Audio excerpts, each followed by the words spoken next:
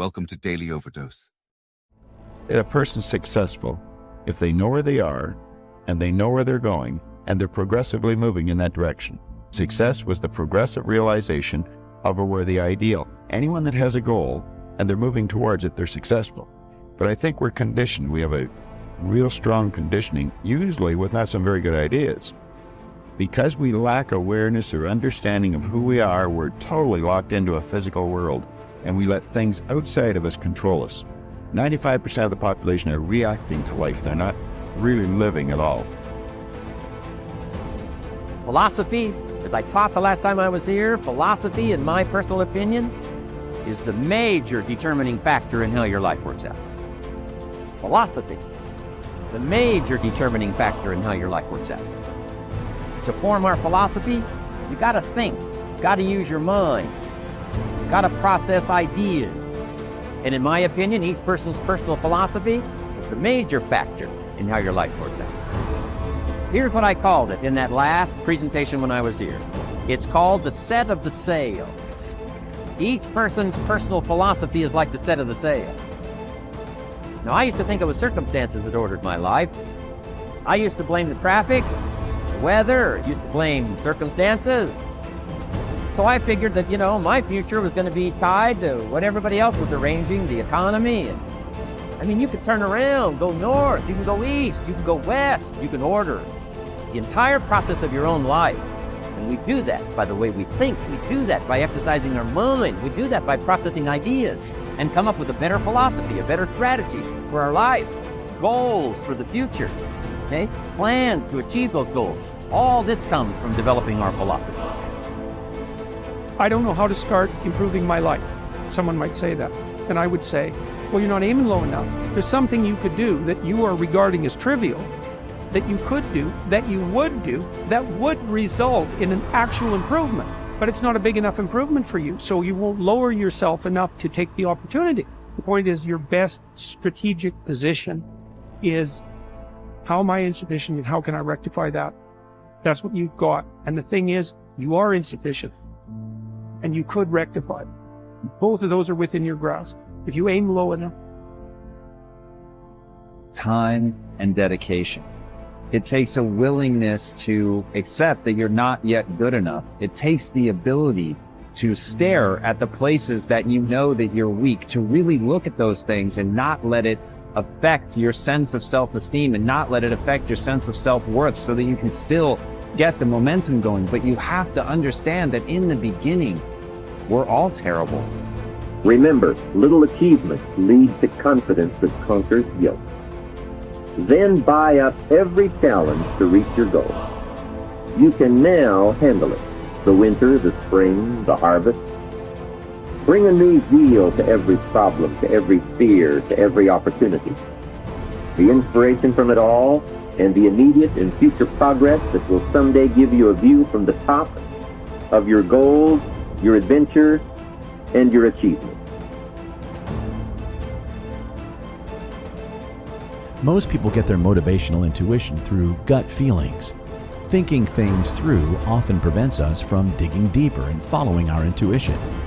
Those who consider themselves realists tend to see their objectives with a practical approach. For them, listening to their gut feeling is trivial, even fearful.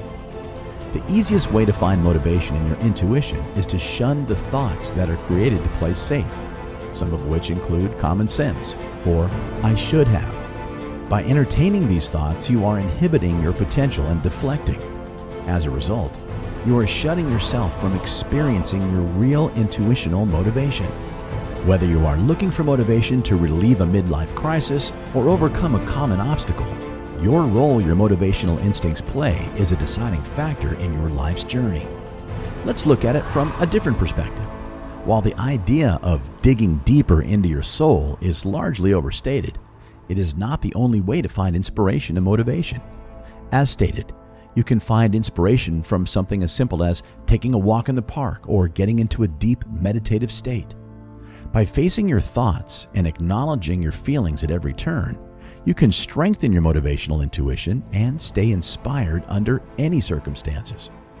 Ultimately, it's important to take it one step at a time. If you feel motivated, you are likely to get excited and get one grand idea. If you cannot execute it to perfection, divide it into smaller steps that are attainable and realistic. Take time to learn. Develop a growth mindset. The best approach to self-development is to take things slowly and advance at your own pace. The gravest mistake you can make is focusing on quick fixes. Your success can only be achieved with consistent, gradual change, which comes with developing a solid growth mindset.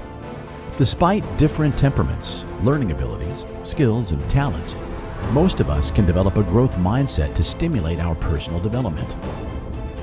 Fixed versus growth mindset. The first step in cultivating a growth mindset is learning to distinguish it from a fixed mindset. A person with a fixed mindset is often stuck with preconceived notions and is unable to grow from their experiences. They may suffer from creative blocks or fail to find inspiration. In extreme cases, they may develop mental health conditions such as chronic anxiety and depression. Having a fixed mindset inhibits not only your mental health, but also your growth potential. If you cannot accept constructive criticism, are threatened by other people's successes, or tend to give up easily, chances are you have a fixed mindset. By contrast, developing a growth mindset allows you to embrace challenges and enrich your curiosity. You are eager to find inspiration, learn, and accept criticism without taking offense. The best way to stay motivated and avoid repeating the same mistakes is by reflecting on your past. Amend your past mistakes and redefine your mindset as you seek self-improvement. Most importantly, focus on the journey and the process instead of fixating on the results. When you seek quality and stability, successful outcomes will always follow. In the end, a growth mindset grants you freedom, whereas a fixed mindset caps your potential. Let's say you want to become who you could be in the fullest sense. So let's say you're someone who's going to solve some serious problems. Okay, the first thing you have to do is admit to the seriousness of the problems. That's no joke. And so the first thing is just the terror of the problem itself. And that's enough to paralyze you. And that's the Hydra, that's the Gorgon with the head of snakes. It'll paralyze you and turn you to stone. That's the basilisk in the Harry Potter series. You look at it and it turns you to stone and lurks underneath everything, right? And it's malevolence and tragedy. And so there's that. And then the next is, well, you're going to take responsibility for that? You're really going to do that, are you? That's a hell of a load, man. And so it's daunting to even consider that. And then there's the discipline and responsibility that necessitates, which is also daunting. It's like, oh my God, the problem's that serious? I'm really going to have to get my act together in order to not contribute to it, much less solve it. And so the problem is terrible, and then the solution is daunting. But the upside of that is like, well, there isn't anything better to have than a problem that's worth solving, like that's really worth solving, right? And so the more of that you take on, the more you have a reason to get out of bed in the morning, no matter what. Like, I'm getting up, I'm trudging forward. Doesn't matter what I'm suffering from. I've got things that need to be done. They're necessary. And that gives you that sense of purpose that is the antidote to bitterness. Okay, well, let's say you want your life to be meaningful. It's like, okay, then what you do matters. It actually matters.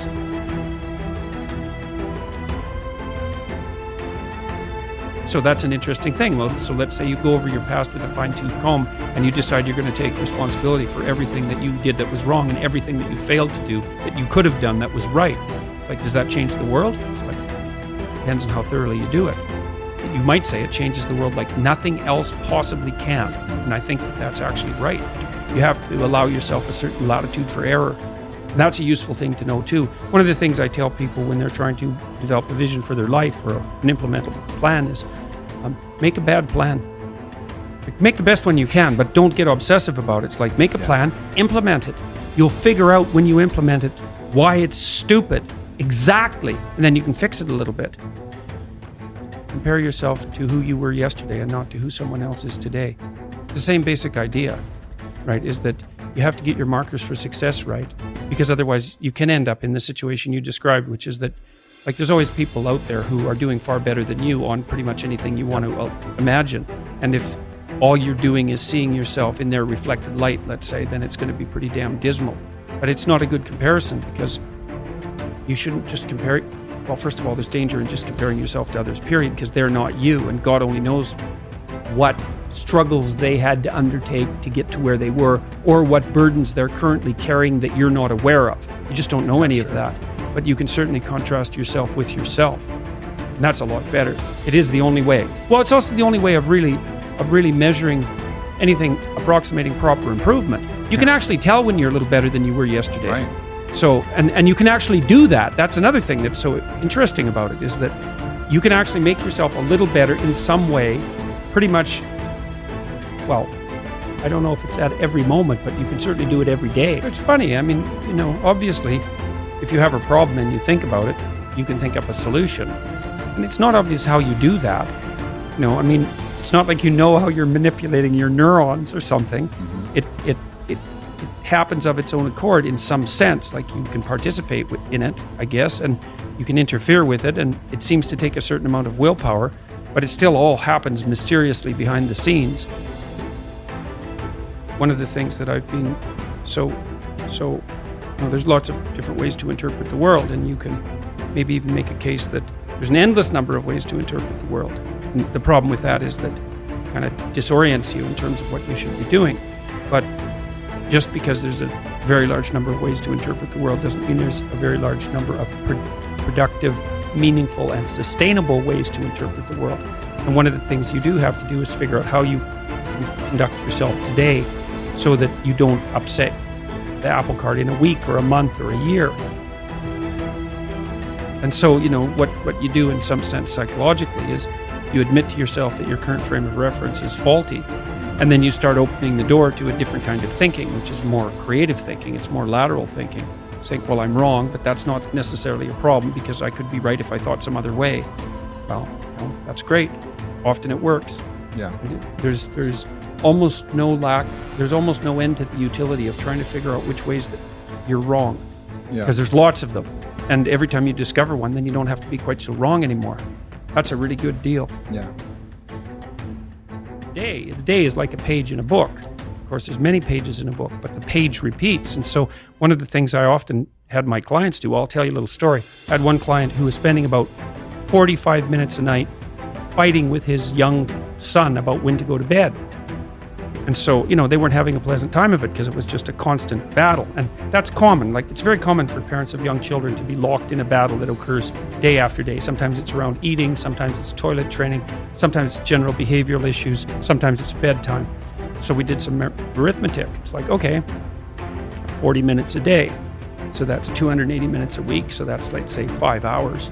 It's 20 hours a month. It's 240 hours in a year. That's 6 work weeks. That's a month and a half. You're spending a month and a half of work weeks doing nothing but fighting with your son. What makes you think you're going to like him? Right? Well, and you think, well, it's only 40 minutes a day. It's like, don't fool yourself. Anything that's every day is a significant percentage of your life. Because you're awake, let's say 16 hours. 5 of those hours are basically maintenance. So you got about 11, and then 7 of those are work. So now you're down to 4. So if you're spending 15 minutes a day doing something painful and stupid, and you do it every day, it's like 10% of your productive life. And so it's really useful to get, because people think backwards. They think, well, I have a vacation coming up and that's really important. It's like, no, it's not. You're only going to do it once. It's not that important. Yeah. How you treat each other at lunchtime, if you eat together every day, that's your life. Yeah. Fix that. Get it so that the food's good. Get it so that you're happy with the people that are sitting there. Fix that. It's like, poof, 10% of your life is fixed. Well, you admit that there's a problem first. And then you ask for the minimum necessary intervention, which would be, all right, well, I'd like to move forward on this, some small amount that someone like me could actually manage. And I'd be willing to carry it out. And then you reorient the way you're thinking as a consequence of that. And something usually pops out of the abyss to guide you. Yeah. It's very strange, but it's not really any stranger than the fact that we can think at all, because the fact that we can think is actually very strange. Mm-hmm. It's strange, like the fact that we can dream is strange. And that's strange beyond belief that you can dream, and or that something in you dreams, which is a much better way of thinking about it. It's not like you're really in control of your dreams. They just sort of happen. Thank you for watching our videos. Please like and subscribe to our channel so you won't miss another video.